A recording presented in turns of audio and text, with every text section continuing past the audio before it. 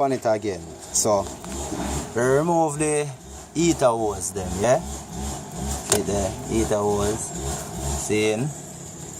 So we connect up now the AC manifold gauge, and this are the setup. So what we are going to do now, we can set the system charge. So you have to vent it out.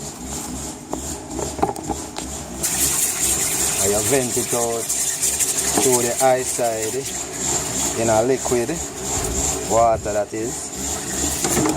You know, cause harm to the atmosphere and to yourself. Because all the man them we are a gelding it.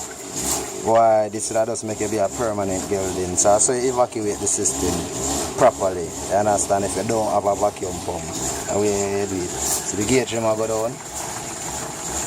Yeah, so you have to evacuate the system of refrigerant before you pull off anything else.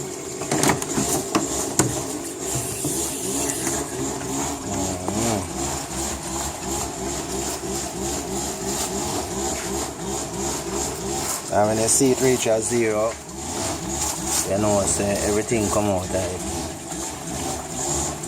Say high side gone down, the low side now.